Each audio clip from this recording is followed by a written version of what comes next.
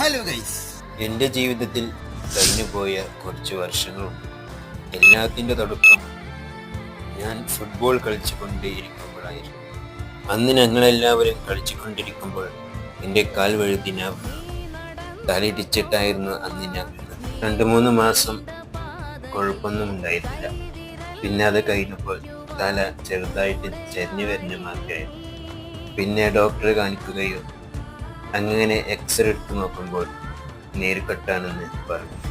അന്ന് ഒരുപാട് ചികിത്സിക്കുകയും ഫിസിയോതെറാപ്പി ചെയ്യുകയും ഉഴിച്ചിൽ നടത്തുകയും ചെയ്തു. പിന്നെ 5-6 മാസങ്ങൾക്ക് ശേഷം അത് അങ്ങനെ റെഡിയായി. പിന്നെ 4-5 വർഷങ്ങൾക്ക് ശേഷം കൊറോണ ടൈമിലായിരുന്നു എൻ്റെ ജീവിതത്തിലെ സന്തോഷങ്ങളും എല്ലാം നഷ്ടപ്പെടുകയും പെട്ടെന്ന് എല്ലാവരും സ്റ്റോക്ക് ആവുകയും ചെയ്തു. പാർട്ട് 2 വേണ്ടി കാത്തിരിക്കും.